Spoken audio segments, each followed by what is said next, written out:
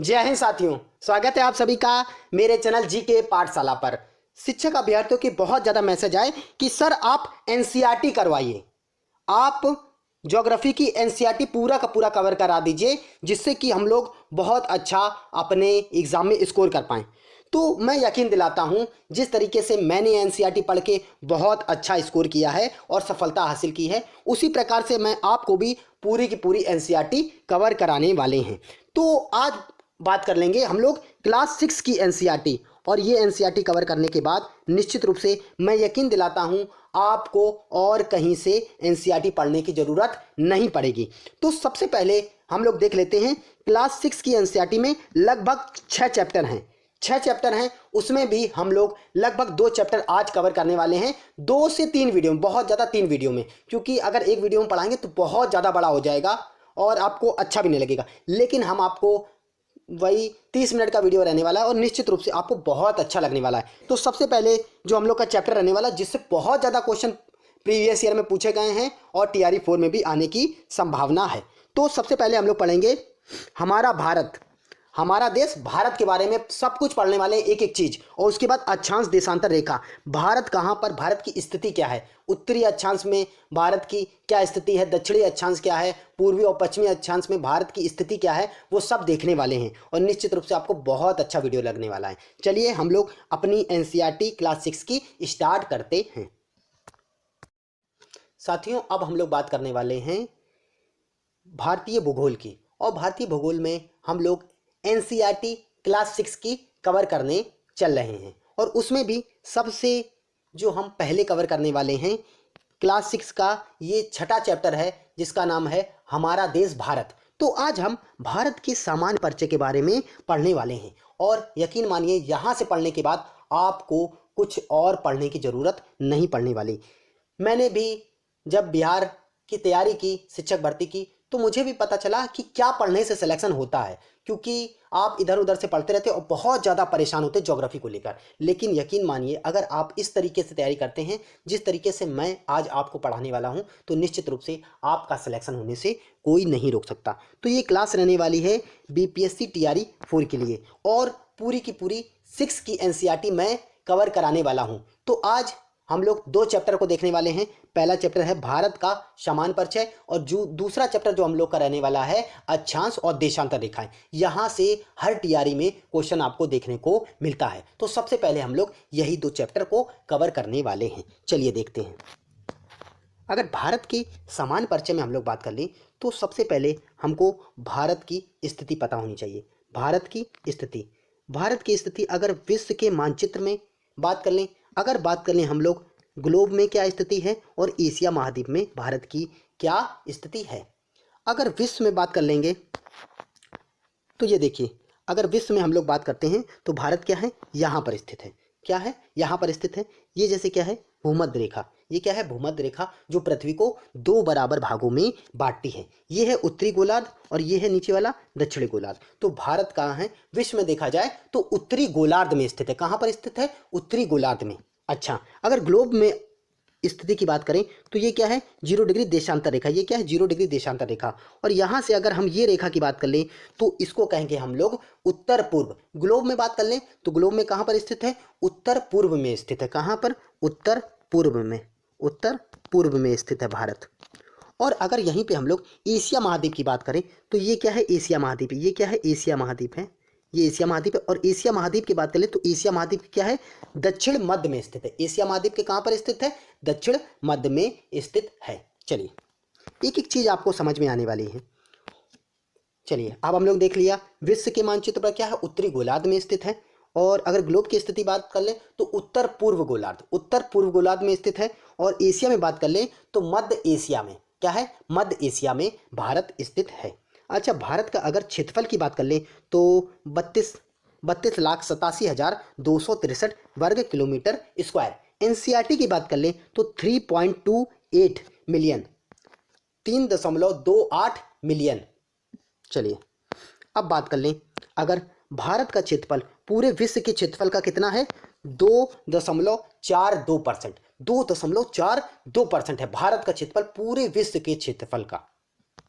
यहां से सीधा क्वेश्चन आता है, चलिए अब हम लोग बात कर लेते हैं भारत के अक्षांशीय और देशांतरी विस्तार के बारे में। अगर हम लोग भारत के अक्षांशीय विस्तार के बारे में बात कर लेंगे तो ये है 8 अंश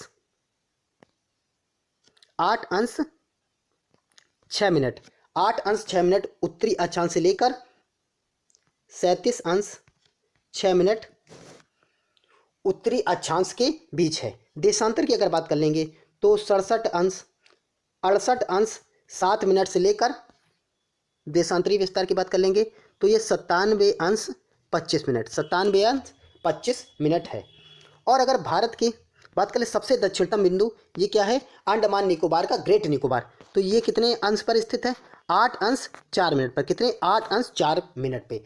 अगर बात कर लें भारत के उत्तर से दक्षिण की लंबाई, उत्तर से दक्षिण की लंबाई की बात कर लें तो ये है 3214 किलोमीटर। कितनी है, 3214 किलोमीटर।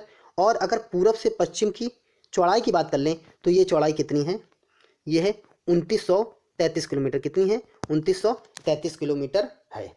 अब अगर हम लोग बात कर लें कि भारत का सबसे उत्तरी बिंदु कौन सा है, उत्तरी बिंदु की बात कर लेंगे तो ये लद्दाख में। कहाँ पे है, लद्दाख में,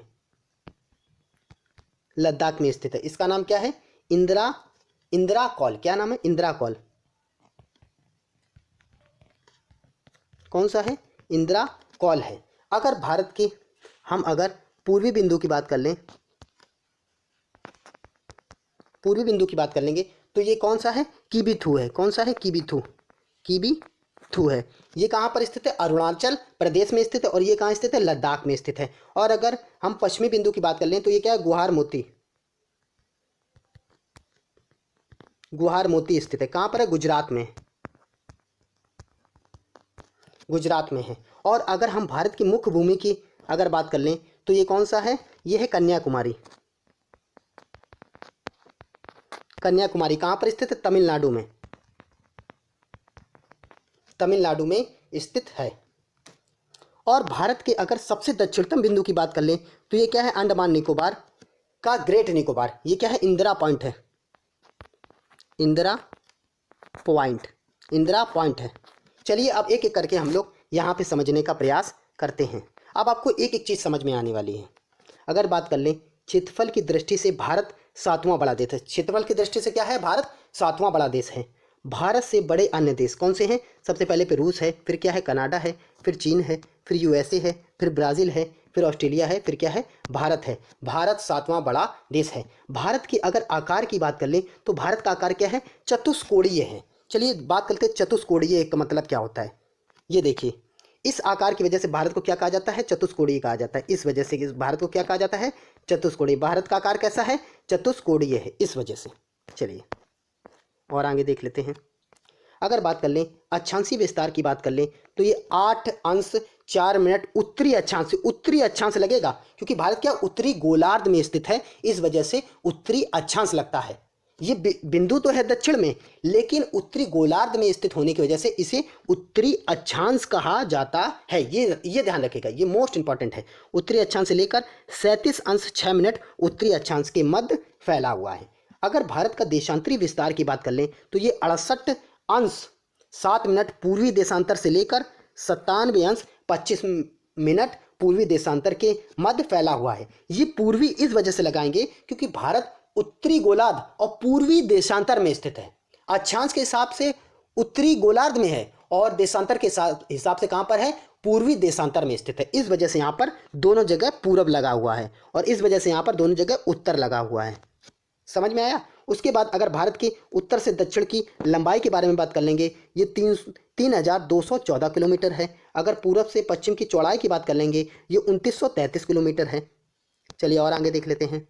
अगर बात कर लें हम लोग भारत का उत्तरी बिंदु, उत्तरी बिंदु कौन सा है, इंदिरा कॉल है। इंदिरा कॉल कहाँ पर स्थित है, लद्दाख में स्थित है। भारत का दक्षिण बिंदु क्या है, इंदिरा पॉइंट है। दक्षिण बिंदु बोला जाए, अगर भारत का दक्षिण बिंदु बोला जाएगा तो ये इंदिरा पॉइंट है, जो ग्रेट निकोबार के कितने अंश पर स्थित है, 6 अंश 4 मिनट, 6 अंश 4 मिनट पर स्थित है। चलिए और देख लेते हैं।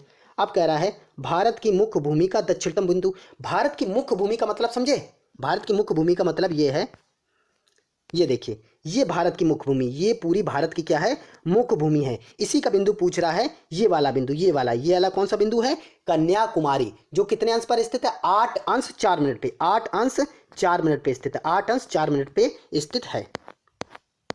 एक एक चीज आपको समझ में आने वाली है। भारत का मुख्य भूमि का दक्षिणतम बिंदु क्या है, कन्याकुमारी है, जिसे केप कमोरिन भी कहा जाता है। इसको क्या है, केप कमोरिन भी कहा जाता है। भारत का सबसे पश्चिम बिंदु की बात कर ले तो गुहार मोती, ये कहाँ पे, गुजरात में, गुहार मोती या गुहार माता ये कहाँ है, गुजरात में है। भारत का सबसे पूर्वी बिंदु की बात कर लेंगे तो ये किबिथू है या बलांगू, ये कहाँ है, अरुणाचल प्रदेश में स्थित है। चलिए और आगे देख लेते हैं।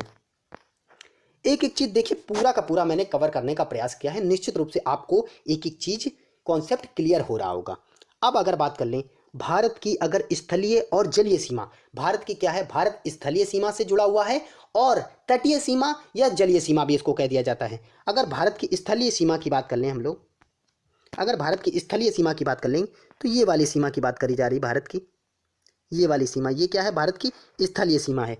और अगर भारत की जलीय सीमा के बारे में हम लोग बात करेंगे तो ये वाली क्या है, जलीय सीमा है, या इसी को हुई तटीय सीमा भी कह दिया जाता है। जो ये वाली सीमा है, भारत की स्थलीय सीमा है, वो 15,200 किलोमीटर है। अगर भारत की जलीय सीमा की बात कर लेंगे, ये है 7,516.6 किलोमीटर, 16.6 किलोमीटर है। अगर बात कर लें हम लोग, अब अगर हम लोग बात कर लें कि भारत की स्थलीय सीमा कितने राज्यों से लगती है, 16 राज्यों से, 16 राज्यों से और 2 यूनियन टेरिटरी और 7 देशों से सीमा बनाती है स्थलीय सीमा। अब बात कर लेते हैं कि कौन कौन से वो राज्य हैं, उसके बारे में बात कर लेते हैं। देखिए TRE 3.0 में री एग्जाम में सीधा सीधा पूछा गया, भारत सबसे ज़्यादा स्थलीय सीमा किस देश से लगाता है। तो आपको ये डाटा याद होना बहुत ज़्यादा जरूरी है। सबसे ज़्यादा क्या है, बांग्लादेश से, कितनी, 4096.7 किलोमीटर, ये सीधा NCERT में दिया हुआ है। चीन की बात कर लेंगे, ये 3488 किलोमीटर। पाकिस्तान की बात कर लेंगे, ये 3323 किलोमीटर। नेपाल की बात कर लेंगे, ये 1751 किलोमीटर। और म्यांमार की बात कर लेंगे, ये 1643 किलोमीटर। और भूटान की बात कर लेंगे, ये 600, ये क्या हो जाएगा, ये 649 किलोमीटर, 699 किलोमीटर, सॉरी 699 किलोमीटर।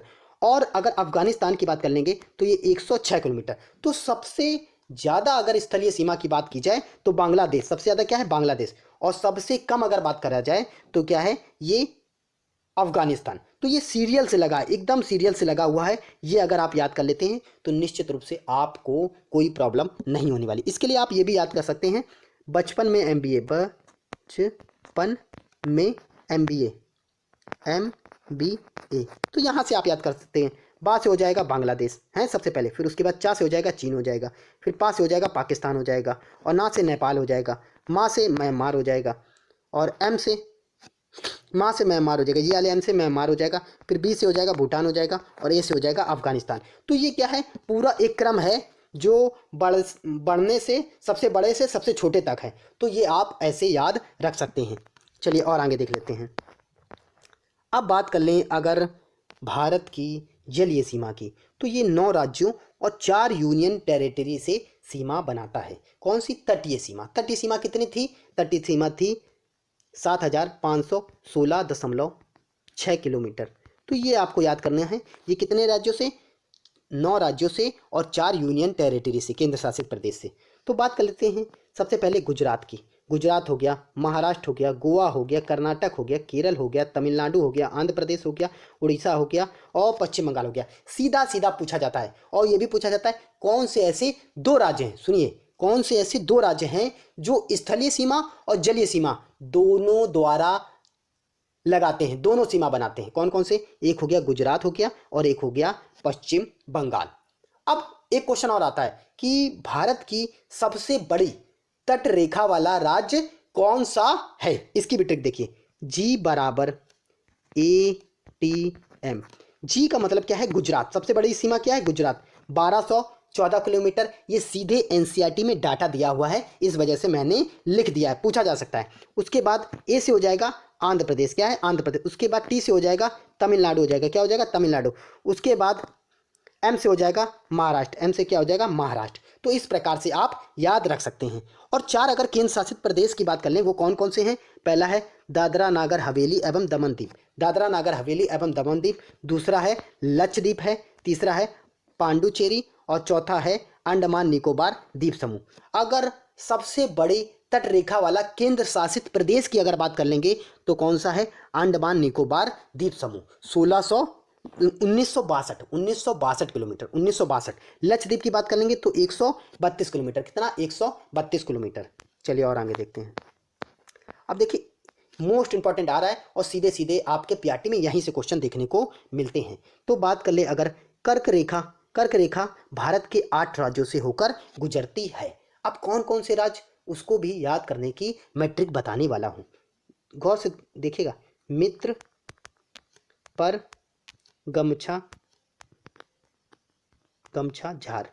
यहाँ से आपकी मोस्ट इंपॉर्टेंट ट्रिक है और आपको याद होने वाली है। मी से हो जाएगा मिजोरम, क्या हो जाएगा? मिजोरम।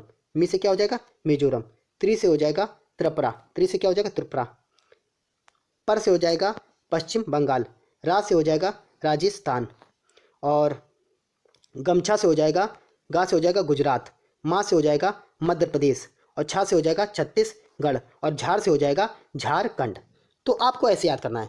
ये हो गया सबसे पहले क्या है? ये गुजरात है। गुजरात के बाद ये क्या है? राजस्थान है। दूसरे नंबर पे, तीसरे नंबर पे क्या है? मध्य प्रदेश है। चौथे पे क्या है? झारखंड है। पांचवें पे क्या है? छत्तीसगढ़ है। और छठे पे क्या है? पश्चिम बंगाल है। ये फिर मिजोरम है और फिर ये त्रिपुरा है। तो ऐसे आपको याद करना है। ये यहाँ से होकर जाती है। पहले पे गुजरात, फिर राजस्थान, फिर मध्य प्रदेश, फिर झारखंड, फिर छत्तीसगढ़, फिर मिजोरम, फिर हो गया पश्चिम बंगाल, फिर त्रिपुरा। ये 8 राज्य आपको याद करने हैं, तो याद करने हैं। चलिए अब हम लोग बात कर लें भारत की मानक समय रेखा की। मानक समय रेखा की मतलब इंडियन स्टैंडर्ड टाइम की बात करने वाले हैं। भारत का जो समय है उसको कहाँ से गणना की जाती भारत के समय की? तो भारत का मानक समय रेखा की बात कर लें तो भारत का मानक समय रेखा, इसको IST कहा जाता है, इंडियन स्टैंडर्ड टाइम, भारतीय मानक समय रेखा। तो ये 82.5 डिग्री पूर्वी देशांतर पे है। ये लगभग यहाँ से जाती होकर, ये क्या है? लगभग यहाँ से 82.5 डिग्री पूर्वी देशांतर होकर जाती है। तो ये स्थित कहाँ है? इसकी स्थिति पूछी जाती है, ये कहाँ पर स्थित है? ये प्रयागराज, प्रयागराज के निकट मिर्जापुर में स्थित, प्रयागराज के निकट मिर्जापुर में स्थित नैनी गांव से, कहाँ से? नैनी गांव से होकर गुजरती है। यह 5 राज्यों से होकर गुजरती है। इसमें भी आपको राज्यों की संख्या याद करनी है और किस किस राज्य से होकर गुजरती है वो याद करना है। तो सबसे पहले बात कर लेंगे उत्तर प्रदेश से। सबसे पहले क्या? उत्तर प्रदेश। फिर कहाँ से? मध्य प्रदेश। फिर क्या है? आंध्र प्रदेश। फिर क्या है? छत्तीसगढ़। फिर क्या है? उड़ीसा। तो ये सबसे पहले उत्तर प्रदेश हो गया, फिर मध्य प्रदेश हो गया, फिर ये आंध्र प्रदेश हो गया इधर साइड, आंध्र प्रदेश के बाद छत्तीसगढ़ हो गया इधर ही, फिर क्या है? उड़ीसा हो गया। ऐसे आपको याद करना है। तो निश्चित रूप से आपको ये पूरा समझ में आ रहा होगा क्योंकि एक एक चित्र से आपको समझाया जा रहा है। अब हम लोग बात करने वाले हैं यूनियन क्लॉज की। यूनियन क्लॉज मतलब समुद्र सीमा की। किस देश की कितनी समुद्र सीमा है और उस पर उस देश का कितना अधिकार है, ये पता होना चाहिए क्योंकि इसकी वजह से बहुत ज़्यादा लड़ाइयाँ होती हैं। क्योंकि जब हम लोग रोड पे चलते हैं, जैसे ये मान लीजिए हम लोग रोड पे चल रहे हैं, ये रोड पे चल रहे हैं, तो हमारा जो 1 किलोमीटर है, हमारा जो 1 किलोमीटर होता है उसमें 1000 मीटर होते हैं। 1000 कितने होते हैं? मीटर होते हैं। लेकिन जो समुद्र सीमा है वो नॉटिकल मील में मापी जाती है। हमारे यहाँ किलोमीटर में मापी जाती है लेकिन समुद्र सीमा को नॉटिकल मील में मापा जाता है। तो समझते हैं, 1 नॉटिकल माइल बराबर होता है 1.852 किलोमीटर। 1.852 किलोमीटर, यानी कि हमारे यहाँ 1 किलोमीटर 1000 मीटर का होता है, लेकिन यहाँ पर 1 नॉटिकल मील 1852 मीटर के बराबर होता है। 1852 किलोमीटर के बराबर होता है। एक फैदम की बात कर लेंगे तो ये एक फैदम 6 फीट गहरा होता है। एक फैदम कितना होता है? 6 फीट गहरा होता है। अब हम लोग बात कर लें कि यूनियन क्लॉज बनाने की जरूरत क्यों पड़ी। United Nation convention of law of sea, मतलब इसकी वजह से जो समुद्र सीमा है उसमें बहुत ज़्यादा विवाद होता था, तो उसकी वजह से यूनियन क्लॉज बनाने की ज़रूरत पड़ी। अब यूनियन क्लॉज क्या है वो समझने का प्रयास करते हैं। तो इसको बनाने में बहुत ज़्यादा परेशानी आई। क्यों परेशानी आई? कि जो भारत का तटीय सीमा है वो बहुत ज़्यादा कटा फटा है। देखिए भारत का जो ये तटीय सीमा ये बहुत ज़्यादा कटा फटा है, जिसकी वजह से इसको मापने में, नॉटिकल माइल को मापने में बहुत ज़्यादा दिक्कत थी। कहीं तो ये बहुत ज़्यादा अंदर था और कहीं पर ये बहुत ज़्यादा बाहर था, कहीं पर ये क्या है? बहुत ज़्यादा बाहर था, जिसकी वजह से बहुत ज़्यादा परेशानी देखने को मिली। तो इसी के लिए एक काल्पनिक रेखा खींची गई जिसे कहा गया एक काल्पनिक रेखा खींची गई जिसे कहा गया इंटरनल वाटर, जिसे कहा गया एक काल्पनिक रेखा खींची गई जिसे कहा गया आधार रेखा, जिसे क्या कहा गया आधार रेखा, और इसके अंदर के जल को आंतरिक जल कहा गया या इंटरनल वाटर कहा गया। और जो आधार रेखा है उसके अंदर के जल का जो उपयोग करेगी वही राज्य करेगा जो तट रेखा के सबसे समीप होगा। चलिए अब क्या हुआ, अब जब ये आधार रेखा खींच दी गई तो आधार रेखा से नॉटिकल माइल की लंबाई को मापा जाने लगा। अब हम लोग बात कर लेंगे, अगर आधार रेखा से 12 नॉटिकल मील तक चलते हैं तो इसे कहा जाता है टेरिटोरियल वाटर सी, मतलब प्रादेशिक जल सीमा, प्रादेशिक जल क्षेत्र कहा जाता है इसको। फिर आधार रेखा से अगर 24 नॉटिकल मील तक चला जाता है तो उसे कॉन्टिगुअस जोन या सन्निहित क्षेत्र कहा जाता है। अगर आधार रेखा से 200 नॉटिकल मील तक चला जाता है तो उसे एक्सक्लूसिव इकोनॉमिक जोन कहा जाता है, अनंत आर्थिक क्षेत्र या विशिष्ट क्षेत्र के नाम से जाना जाता है। अब इन सब के हम लोग कार्य जानते हैं कि 12 नॉटिकल मील तक कौन सा क्षेत्र आता है और इस पर क्या क्या अधिकार मिलता है, उसके बारे में बात करने वाले हैं। अब हम लोग देख लेते हैं, अगर टेरिटोरियल सी या प्रादेशिक क्षेत्र के बारे में। यह क्षेत्र आधार रेखा से 12 नॉटिकल माइल तक होता है। इस पर उस देश का अधिकार होता है जो इसके सबसे समीप होता है। जाहिर सी बात है, जो इसके सबसे समीप होगा उसी देश का या उसी राज्य का उस पर अधिकार होगा। इस क्षेत्र में समुद्र तथा आकाश दोनों पर पूरा अधिकार होता है। अब ये चीज़ आपको बहुत अच्छे से समझना पड़ेगी कि समुद्र पर और आकाश पर दोनों पूरा अधिकार होता है। तो ये बात करते हैं, जैसे ये है, अब ये है 12 नॉटिकल मील तक। अब यहाँ पर अगर इसके अंदर कोई अगर जहाज़ ऊपर से यानी कि आसमान से भी उड़कर आता है और या ज़मीन से भी आता है तो ये जो इंडियन नेवी है वो यहाँ पर लगी होती है तटीय सीमा पर, तो वो ये बिना किसी की इजाज़त के दोनों जहाज़ को मार गिरा सकती है। हवा में भी ये जहाज को और ये जो पानी के माध्यम से आएगा उसको भी गिरा सकती है। पूरा अधिकार होता है, यानी कि जल पे भी पूरा अधिकार होता है और आकाश पे भी पूरा अधिकार होता है। बिना किसी की इजाजत से ये दोनों को उड़ा सकती है। चलिए आप समझ गए होंगे टेरिटोरियल सी या प्रादेशिक क्षेत्र किसे कहते हैं। कॉन्टिगुअस जोन या सन्निहित क्षेत्र की बात कर लें तो यह आधार रेखा से 24 नॉटिकल मील तक फैला है। यहाँ पर जल पर नियंत्रण आकाश पर नहीं है। उस राज्य को या देश को सीमा शुल्क देना होगा। अब देखिए यहाँ पर जल पे तो नियंत्रण होता है लेकिन आकाश पर नहीं होता है, यानी कि 24 नॉटिकल मील तक कोई भी जहाज क्या है आकाश में आ जा सकता है। इस पर उस राज्य का कोई अधिकार नहीं होगा। लेकिन जैसे ही ये समुद्र माध्यम से कोई भी जहाज आएगा तो उसको इसका सीमा शुल्क देना होगा, यानी कि उसको इसका टैक्स देना होगा इस 24 नॉटिकल मील के अंदर आने के लिए। समझ गए। चलिए अगला देख लेते हैं। अगला कह रहा है एक्सक्लूसिव इकोनॉमिक जोन, मतलब अनंत आर्थिक क्षेत्र। यह आधार रेखा से 200 नॉटिकल माइल तक फैला हुआ है। अब क्या है, इसमें जल तथा आकाश पर कोई अधिकार नहीं होता, मतलब जल पे भी अधिकार नहीं होता, आकाश पे भी नहीं अधिकार होता। कोई भी देश का जहाज आ सकता है, वहां पर घूम सकता है, आकाश में भी और जल में भी, और सभी देशों का समान रूप से अधिकार होता है। कोई भी देश का जहाज बड़े आसानी से वहां पर आ सकता है और सभी देशों का समान रूप से अधिकार होता है।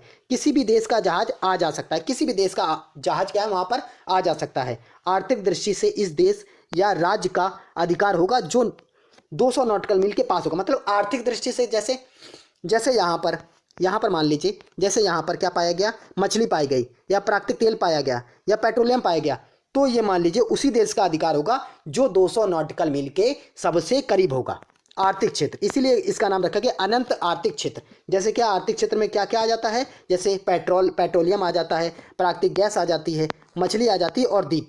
अगर ये पाया गया तो उस देश का अधिकार होगा जो इसके सबसे समीप होगा। अब हम लोग बात करने वाले हैं कि हाई सी या खुला सागर।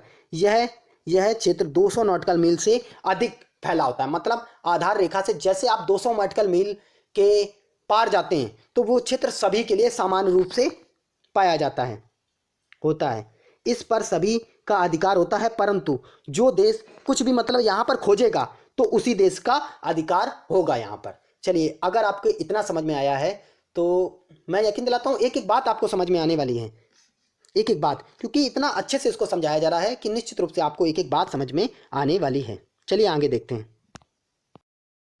चलिए अब हम लोग क्लास 6 की एनसीईआरटी को कवर करने वाले हैं और दूसरा चैप्टर, और निश्चित रूप से मैं यकीन दिलाता हूं ये चैप्टर पढ़ने के बाद आपको फिर दोबारा ये चैप्टर पढ़ने की ज़रूरत नहीं पड़ने वाली है, क्योंकि एक एक कॉन्सेप्ट को, क्योंकि अक्षांश और देशांतर रेखाओं में बहुत ऐसे बारीकी कॉन्सेप्ट होते हैं जिसको समझ पाना बहुत ज़्यादा कठिन होता है। और टीआरई में आपने देखा होगा, टीआरई 1 में, टीआरई 2 में, टीआरई 3 में और री एग्ज़ाम में आप देखे होंगे कि यहाँ से आपको क्वेश्चन निश्चित रूप से देखने को मिलता है। और मैं यकीन दिलाता हूँ आज के बाद ये चैप्टर आपको परेशान नहीं करने वाला है। और मैंने इसमें बहुत ज़्यादा 3D चित्र लिए हैं जिससे आपको एक एक चीज़ समझ में आने वाली है। चलिए देखते हैं, अक्षांश देशांतर रेखाओं के बारे में समझने का प्रयास करते हैं और दैनिक जीवन में इसका किस तरीके से उपयोग किया जाता है वो भी बात करने वाले हैं। चलिए, अगर सबसे पहले हम लोग बात कर लें लैटिट्यूड और लॉन्गिट्यूड रेखाओं की, तो लैटिट्यूड रेखाओं को क्या कहा जाता है? अक्षांश रेखा, अक्षांश रेखा कहा जाता है। क्या कहा जाता है? अक्षांश रेखा। और लॉन्गिट्यूड रेखा को क्या कहा जाता है? देशांतर रेखा, देशांतर रेखा कहा जाता है। अब ये पृथ्वी के ग्लोब पर किस प्रकार से खींची जाती हैं? वास्तव में ऐसी पृथ्वी पर कोई रेखा नहीं है, क्योंकि क्या आप पृथ्वी पर कोई रेखा खींच सकते हैं? नहीं खींच सकते हैं। लेकिन ये एक काल्पनिक रेखा है। पृथ्वी पर किसी भी स्थान की स्थिति की गणना करने पर और समय की गणना को जानने के लिए ये दो काल्पनिक रेखाएं खींची गई, जिसको कहा गया, एक को कहा गया अक्षांश रेखा और दूसरे को कहा गया देशांतर रेखा। और ये पृथ्वी पर किस तरीके से खींची जाती हैं वो भी बात करने वाले हैं। एक एक चीज़ आपको समझ में आने वाली है, ये मैं यकीन दिलाता हूँ। सबसे पहले अगर हम लोग बात कर लेंगे अगर अक्षांश रेखा की, ये पृथ्वी के केंद्र से एक कोणीय दूरी है जो पूरब और पश्चिम में खींची जाती है, और इसी के समांतर जब रेखा खींच दी जाती है तो इसे कहा जाता है अक्षांश रेखा। तो इसकी डेफिनेशन की अगर बात कर लेंगे, पृथ्वी के मुख्य अक्ष के समांतर खींचे जाने वाली रेखा को अक्षांश रेखा कहा जाता है, और इससे किसी भी स्थान की स्थिति का पता लगाया जाता है। चलिए अब हम बात कर लें, अगर देशांतर रेखाओं की बात कर लें तो उत्तरी ध्रुव से दक्षिणी ध्रुव को मिलाने वाली काल्पनिक रेखाओं को क्या कहा जाता है? देशांतर रेखा कहा जाता है। क्या कहा जाता है? देशांतर रेखा कहा जाता है। चलिए एक एक चीज आपको समझ में आने वाली है। अब हम लोग बात करने वाले हैं, चलिए अब हम लोग बात कर लेते हैं, अगर हम लोग अक्षांश रेखाओं की बात कर लें तो ये क्या है? एक कंप्लीट सर्कल होती हैं। ये पृथ्वी की चारों ओर खींची जाती हैं और एक वृत्त का निर्माण करती हैं, एक सर्कल का निर्माण करती हैं। जैसे आपको ये 3D इमेज में दिखाया गया, ये जैसे क्या है, ये देखिए पूरा ऐसे घूम के आती हैं। ये क्या है? ये पूरा कंप्लीट क्या होती हैं? सर्कल होती हैं। इसीलिए इनको अक्षांश रेखा की जगह अक्षांश वृत्त भी कह दिया जाता है। अक्षांश रेखा भी कहा जाता है और अक्षांश वृत्त भी कहा जाता है। अगर सबसे बड़े वृत्त की बात कर लेंगे तो क्या होता है? भूमध्य रेखा क्या होता है? सबसे बड़ा वृत्त पाया जाता है पृथ्वी पर। ये क्या है? 0 डिग्री क्या है? भूमध्य रेखा, भूमध्य रेखा। इसे क्या कहा जाता है? सबसे बड़ा अक्षांश रेखा कहा जाता है। इसको क्या कहा जाता है? सबसे बड़ी अक्षांश रेखा, क्योंकि सबसे बड़ा वृत्त क्या है? भूमध्य रेखा पे ही बनता है। और ये क्या है? एक कंप्लीट ये वृत्त का निर्माण करती हैं। और वहीं अगर देशांतर रेखाओं की बात कर लें तो ये क्या है? अर्धवृत्त का निर्माण करती हैं, मतलब आधा वृत्त बनाती हैं। आधी ये हो गई और आधी ये पीछे से जाती है। तो दो देशांतरों को मिलाने से एक देशांतर रेखा का निर्माण होता है। ये समझ में आया आपको? चलिए और आगे देख लेते हैं हम लोग। अब हम लोग बात कर लेते हैं अगर लैटिट्यूड रेखा को, जिसको हम पहले ही आगे आपको बताया है मैंने। लैटिट्यूड रेखा किसे कहते हैं? अक्षांश रेखा को लैटिट्यूड रेखा कहा जाता है। तो अक्षांश रेखा की अगर बात कर लेंगे, पृथ्वी के अक्ष के समांतर खींची जाने वाली एक काल्पनिक रेखा होती है। ये क्या है? पृथ्वी के अक्ष के समांतर खींची जाती है और ये काल्पनिक रेखा है। वास्तव में ऐसी कोई पृथ्वी पर रेखा खींचना संभव नहीं है। अगर बात कर लें पृथ्वी के अक्ष के समांतर पृथ्वी के केंद्र से खींची गई कोणीय दूरी अक्षांश रेखा कहलाती है। कोणीय दूरी मैंने आपको पहले ही बताया था। दो देशांतरों के बीच की दूरी को कटिबंध कहा जाता है। ये समझ लीजिए, दो देशांतरों के जो बीच की दूरी है उसको क्या कहा जाता है? कटिबंध कहा जाता है। तो ये बात कर रहा है, ये जैसे ये एक देशांतर ये हो गई, एक देशांतर ये हो गई, और इसके जो बीच की दूरी है इसी को क्या कहा जाता है? कटिबंध कहा जाता है। कटिबंध कहा जाता है। क्या कहा जाता है? इसको कटिबंध के नाम से जाना जाता है। और दो देशांतरों के बीच की दूरी कितनी होती है? 111 किलोमीटर। 111 किलोमीटर कितनी होती है? 111 किलोमीटर। ये भी आगे आएगा। चलिए, अब कह रहा है दो देशांतरों के बीच की दूरी 111 किलोमीटर होती है। टीआरई में डायरेक्ट क्वेश्चन ये आएगा। और अगर बात कर लें कुल अक्षांशों की संख्या की अगर बात कर लें तो 181। इसमें बच्चों के बहुत ज़्यादा डाउट होते हैं और ये डाउट आज आपके मैं क्लियर करने वाला हूं। अगर कुल अक्षांशों की संख्या, अक्षांशों, गौर से सुनिए, कुल अक्षांशों की संख्या कितनी होती है? 181 होती है। अगर कुल अक्षांश रेखाओं की संख्या की बात कर लेंगे तो 179। क्या? 179 यानी कि 179 होती है। कितनी? 179। अब आप कहेंगे ये दो जो अक्षांश है वो कहाँ चले गए? तो अब ये गौर से देखिए आप, ये आपको एक एक चीज मैं समझाने वाला हूं। आप कहेंगे, वाकई में आप कहेंगे सर आज तक जो नहीं समझ में आया वो आपने समझा दिया हमको। अगर बात कर ले, ये क्या है? 0 डिग्री। ये क्या है? 0 डिग्री। ये 0 डिग्री क्या अक्षांश है? ये 0 डिग्री अक्षांश है। अगर आप ऊपर जाएंगे 0 के बाद ऐसे नंबर आता है 1 का, फिर 2 का, फिर 3 का, फिर ऐसे ऐसे क्या 90। यहाँ पे क्या आ जाएगा? 90। और ऐसे ही क्या है? नीचे 90, ऐसे 90। तो अगर अक्षांश की बात करें तो कितना हो जाएगा? अक्षांश की अगर बात करें, अगर अक्षांश की बात करेगा तो आप ये समझ लीजिए, ये ऊपर वाला 90 और ये नीचे वाला 90, 90 और प्लस एक ये क्या है? 0 डिग्री प्लस एक ये, तो 90 180 प्लस एक 181 हो गया। ये अक्षांश है, अक्षांश है, अक्षांश की संख्या, कुल अक्षांशों की संख्या है। लेकिन अक्षांश रेखाओं की अगर संख्या पूछी जाएगी, अक्षांश रेखा की संख्या, तो ये 90 ये हो गया और 90 ये हो गया, ये 180 हो गया, 180 हो गया और बीच वाली ये क्या है? 181। लेकिन ये दो क्या है? माइनस कर देंगे। ये अक्षांश रेखा ना होकर एक बिंदु है। ये क्या है? बिंदु है। ये उत्तरी ध्रुव है और ये दक्षिण ध्रुव, ये रेखा ना होकर बिंदु है। इस वजह से 181 में दो माइनस कर देते हैं तो ये क्या हो जाता है? 179 हो जाता है। 179 हो जाता है। 179 अक्षांश रेखाओं की संख्या की बात कर लेंगे तो 179 या 179 होती है। मुझे यकीन है आपको निश्चित रूप से समझ में आया होगा। आज से आपका इसको लेकर डाउट खत्म होने वाला है। चलिए अब बात कर लें, अगर अक्षांश रेखा का प्रयोग किसी भी स्थान के ताप का पता लगाने के लिए किया जाता है। अक्षांश रेखा का प्रयोग किसी भी स्थान के ताप का पता लगाने के लिए किया जाता है। चलिए और आगे का, अब हम लोग बात करते हैं, अगर लॉन्गिट्यूड की बात कर लें तो ये क्या है? देशांतर रेखा। इसको क्या कहते हैं? देशांतर रेखा कहा जाता है। तो देखिए, उत्तरी ध्रुव से दक्षिणी ध्रुव को मिलाने वाली रेखा को क्या कहा जाता है? देशांतर रेखा कहा जाता है। तो ये क्या है? समय का निर्धारण करती है। ये क्या करती है? समय का निर्धारण करती है। किसका? समय का निर्धारण किया जाता है इसके द्वारा। चलिए आगे देख लेते हैं।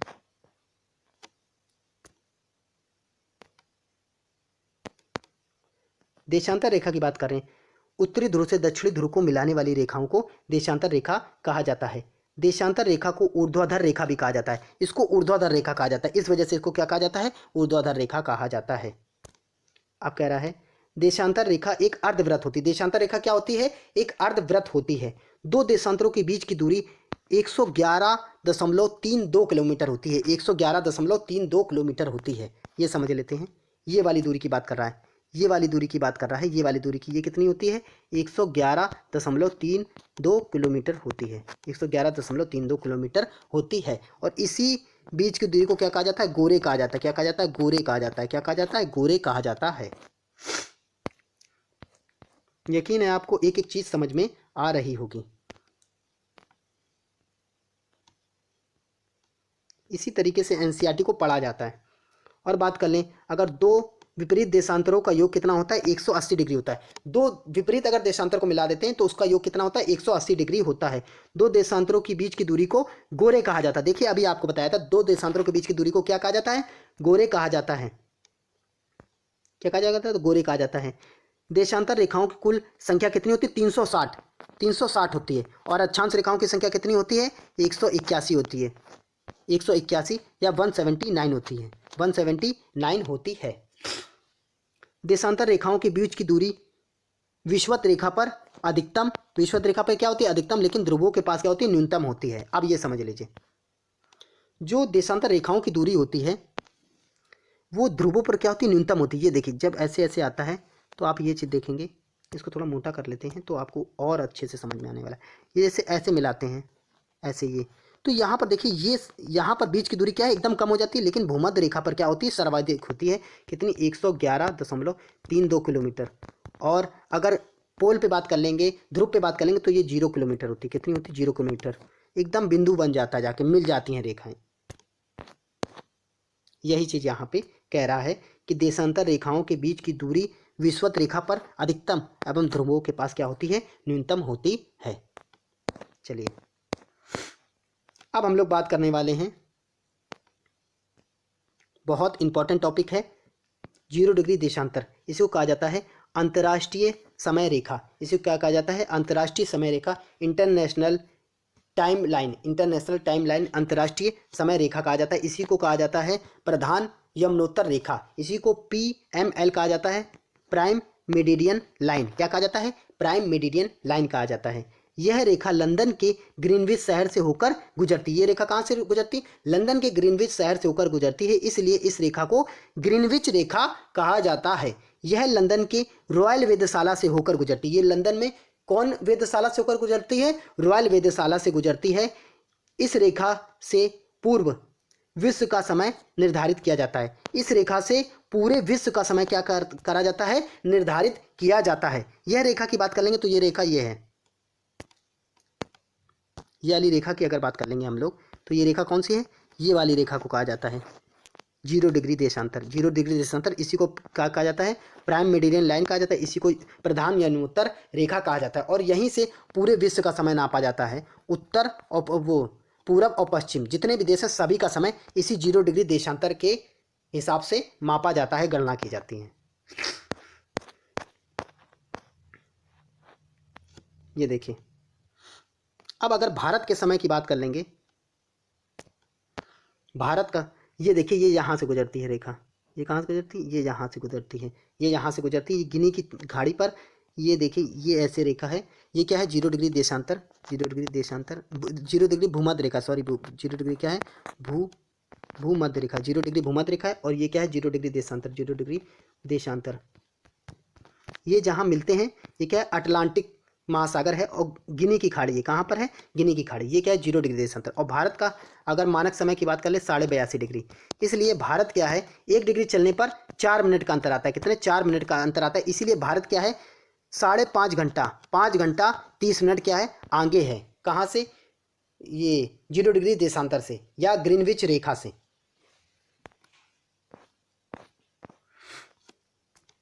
अब अगर हम लोग बात कर लेंगे अंतर्राष्ट्रीय तिथि रेखा, अंतर्राष्ट्रीय तिथि रेखा इंटरनेशनल डेट लाइन की बात कर लेंगे, अंतर्राष्ट्रीय तिथि रेखा की बात कर लेंगे तो ये 180 डिग्री देशांतर रेखा को अंतर्राष्ट्रीय तिथि रेखा कहा जाता है। 180 डिग्री देशांतर रेखा के पूर्व जाने पर, 180 डिग्री देशांतर रेखा के पूर्व जाने पर एक दिन घटाना पड़ता है तथा पश्चिम में जाने पर एक दिन बढ़ाना पड़ता है, वो भी समझने वाले हैं। 180 डिग्री देशांतर रेखा से किसी भी स्थान पर दिन का पता किया जा सकता है, किसी भी स्थान पर उसके दिन का पता किया जा सकता है। अंतर्राष्ट्रीय तिथि रेखा प्रशांत महासागर से होकर गुजरती है। इसके बारे में देख लेते हैं। अब आपको एक एक चीज़ समझ में आने वाली है। देखिए ये क्या है, ये अंतर्राष्ट्रीय तिथि रेखा, ये जगह जगह मोड़ी गई है। अगर सबसे ज़्यादा अगर टाइम की बात कर लेंगे, टाइम रेखा किसकी है तो वो क्या है, फ्रांस की है। फ्रांस की कितनी है, फ्रांस की 14 है। कितनी है, फ्रांस की 14 है। ये क्या है, प्रशांत महासागर। ये यहाँ पे क्या है, बेरिंग जल संधि है, बेरिंग जल संधि, बेरिंग जल संधि से भारतीय, ये जो भारतीय विश्व की अंतर्राष्ट्रीय तिथि रेखा जो गुजरती है बेरिंग जल संधि से गुजरती है, बेरिंग जल संधि से। चलिए अब हम लोग यहीं पे भारत के अगर मानक समय रेखा की बात करें, भारत की मानक समय रेखा 82.5 डिग्री पूर्वी देशांतर से होकर गुजरती। इसकी स्थिति क्या है, प्रयागराज के निकट मिर्जापुर में स्थित नैनी गांव से कितने, 5 राज्यों से होकर गुजरती है। ये 82.5 डिग्री, ये क्या है, 82.5 डिग्री है। ये 82.5 डिग्री कौन से? उत्तर प्रदेश हो गया, मध्य प्रदेश हो गया, आंध्र प्रदेश हो गया, छत्तीसगढ़ हो गया और उड़ीसा से होकर गुजरती है। अब हम लोग बात करने वाले हैं, ये लास्ट टॉपिक रहने वाला है कि मतलब कौन सा देश कर्क रेखा पर स्थित है, भूमध्य रेखा पर स्थित है और मकर रेखा पर स्थित है। तो अगर हम लोग बात कर लेंगे कर्क रेखा पर, तो कर्क रेखा पर कौन सा स्थित है? मैक्सिको हो गया और क्या हो गया? भारत हो गया, चीन हो गया, म्यांमार हो गया और बांग्लादेश हो गया। इतने देश क्या है? कर्क रेखा पर स्थित हैं। अगर बात कर ले भूमध्य रेखा पर, भूमध्य रेखा पर कौन कौन से देश स्थित हैं? ये हो गया कोलंबिया हो गया, ब्राज़ील हो गया, मालदीव हो गया और इंडोनेशिया हो गया। अगर हम बात कर लें मकर रेखा पर कौन कौन स्थित है, मकर रेखा की बात कर लेंगे तो चिली हो गया, अर्जेंटीना हो गया, ब्राज़ील हो गया, नामीबिया हो गया, दक्षिण अफ्रीका हो गया, मेडागास्कर हो गया और ऑस्ट्रेलिया हो गया। तो और इसमें एक और क्वेश्चन पूछा जाता है कि भारत को मतलब कौन सा ऐसा देश है या महाद्वीप है उससे तीनों रेखाएं गुजरती हैं? तो ये देख लीजिए, ये कौन सा महाद्वीप है? दक्षिण अफ्रीका महाद्वीप, दक्षिण अफ्रीका महाद्वीप। अच्छा, भूमध्य रेखा को 2 बार कौन सी नदी काटती है? कांगो या जायरे नदी, कांगो या जायरे नदी। और कर्क रेखा को कौन सी नदी काटती है? ये माही नदी काटती, माही नदी काटती है। और मकर रेखा को 2 बार कौन सी नदी काटती है? लिम्पोपो नदी, लिम्पोपो नदी काटती है। अगर आपका इतना तैयार हो गया तो निश्चित रूप से अक्षांश और देशांतर रेखाओं से एक भी क्वेश्चन नहीं छूटने वाले। चलिए, ऐसी वीडियो पाने के लिए हमारे चैनल को ज़्यादा से ज़्यादा शेयर कीजिए, सब्सक्राइब कीजिए और आप ज़्यादा से ज़्यादा कमेंट कीजिए कि आपको ये वीडियो कैसी लगी, क्योंकि मैं यकीन मानता हूं कि बहुत अच्छे से समझाया गया और निश्चित रूप से आपको समझ में आया होगा। और आप ज़्यादा से ज़्यादा कमेंट करेंगे कि आपको किस टॉपिक पे और वीडियो चाहिए, क्योंकि मैं निरंतर ऐसे ही वीडियो आप लोगों के लिए लाता रहूँगा। चलिए, ज़्यादा से ज़्यादा कमेंट कीजिए, क्योंकि कमेंट क्या है? मोटिवेशन का काम करता है हम लोग के लिए, और इससे और अच्छा कंटेंट देने के लिए मैं आपको निश्चित रूप से यकीन दिलाता हूँ और अच्छा कंटेंट मिलेगा। चलिए, ऐसे ही वीडियो पाने के लिए ज़्यादा से ज़्यादा चैनल को शेयर कीजिए, सब्सक्राइब कीजिए। जय हिंद, जय भारत, राधे राधे।